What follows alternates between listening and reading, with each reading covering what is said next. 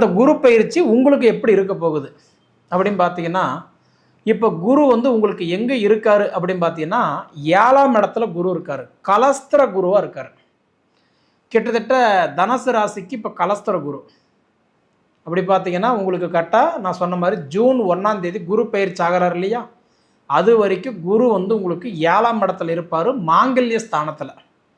ஆனால் இந்த மாதத்தில் இந்த 2 மாதத்தில் ஏதாவது கல்யாணம் பண்ண முடியுமான்னா, ஏன்னா பங்குனி சித்திரையில் வந்து மேக்ஸிமம் கல்யாணம் பண்ண மாட்டாங்க. அதனால் பார்த்துட்டிங்கன்னா பெருசாக ஒன்றும் இந்த குரு உங்களுக்கு வேலை செய்யலை.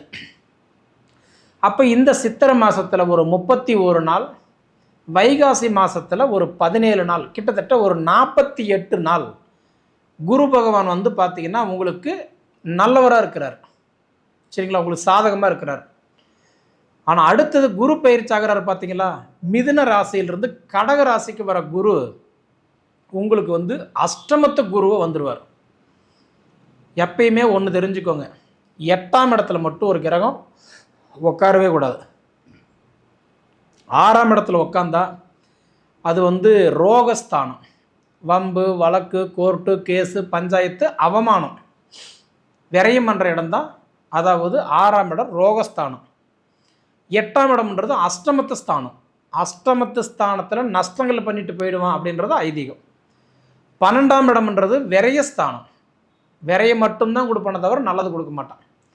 அப்போ குரு ஒரு நவகிரகத்திலேயே சுபகிரகம் யாருன்னா குரு தான். இப்போ குரு பகவான் மிதுன ராசியில் உக்காந்து 5ஆம் இடம் 7ஆம் இடம் 9ஆம் இடம் எப்பயுமே குரு வந்து இந்த 3 வீட்டுக்கு நல்லது பண்ணுவார். 5 7 9. அப்போ அதாவது மிதுன ராசியில் குரு உக்காந்து 5ஆம் இடமா துலா ராசியும், 7ஆம் இடமா உங்கள் தனுசு ராசியும், 9ஆம் இடமா கும்ப ராசி பார்த்துட்டு இருக்கிறார். இந்த 3 ராசிக்காரங்களுக்கு குரு இப்போ பார்வை உண்டு.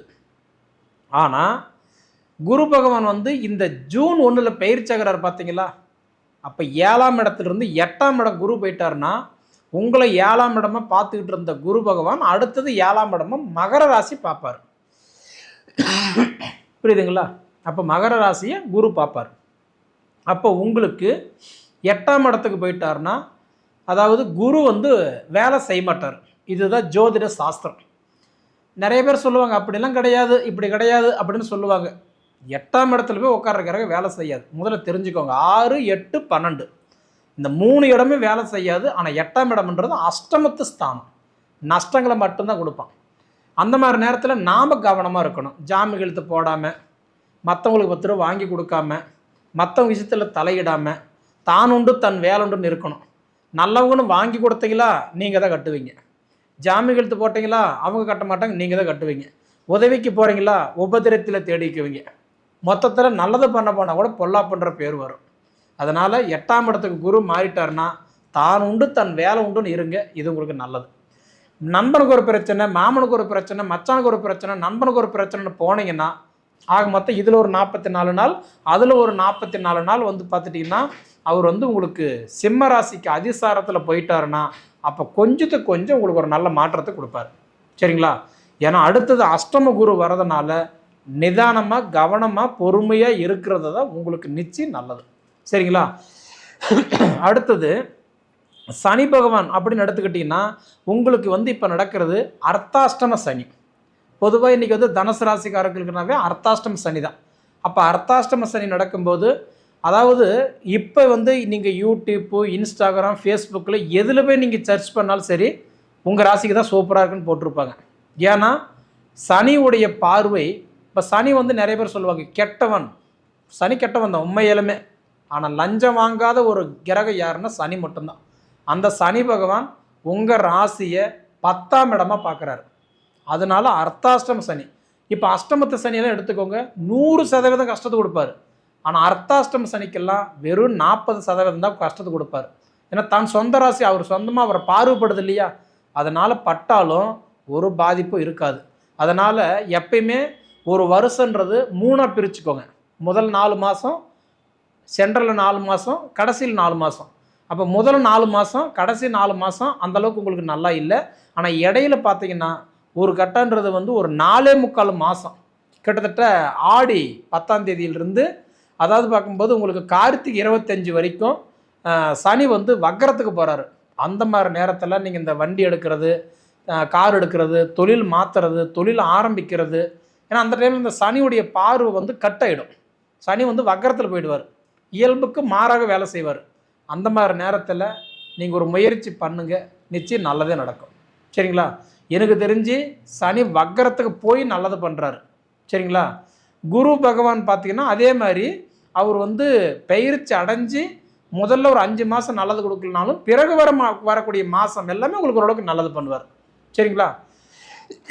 அடுத்தது பார்த்தீங்கன்னா உங்களுக்கு ராகு பகவான் தைரிய ராகுவாக இருக்கிறாரு. அதே மாதிரி பார்த்துட்டிங்கன்னா உங்களுக்கு பாக்கிய கேதுவாக இருக்கிறாரு. இப்படி ராகு கேது வந்து பார்த்தீங்கன்னா உங்களுக்கு ஃபேவராக தான் இருக்கிறார். ஏன்னா ராகு வந்து அடுத்தது இந்த வருஷத்தில் பயிற்சி உண்டு. எப்போ தெரியுங்களா? டிசம்பர் வந்து 7, அதாவது கார்த்திகை 21 ராகு கேது பயிற்சி உண்டு. அதனால் கும்பத்தில் இருக்கிற ராகு 3ஆம் இடமும் உங்கள் ராசி பார்க்குறாரு. இது ஒரு நல்ல வாய்ப்பு. அதே மாதிரி வந்து இது வந்து தைரிய ராகுவாக இருக்கிறாரு. அதனால் முயற்சி எடுங்க, கண்டிப்பாக உங்களுக்கு வெற்றி நிச்சயம். இந்த மாதிரி நேரம் தொழில் தொடங்கிறதுக்கு ஒரு நல்ல ஒரு நேரம். அதே மாதிரி பார்த்துட்டிங்கன்னா ஒரு விஷயத்தை ஆரம்பிக்கிறது. ஏன்னா ராகு நிழல் கிரகம், சாயா கிரகம், வக்கர கிரகம். அவர் வந்து உங்களுக்கு ஓரளவுக்கு ஃபேவராக நல்லது பண்ணுவார். ஒரே ஒரு டைம் காலாஸ்திரி போயிட்டு வந்து ஒரு வேலையை ஆரம்பிங்க. ஏன்னா அவரு தான் இப்போ உங்களுக்கு நல்ல ஒரு மூடில் இருக்கிறார், உங்களை நல்லா கவனிச்சுக்கிறதுக்கு.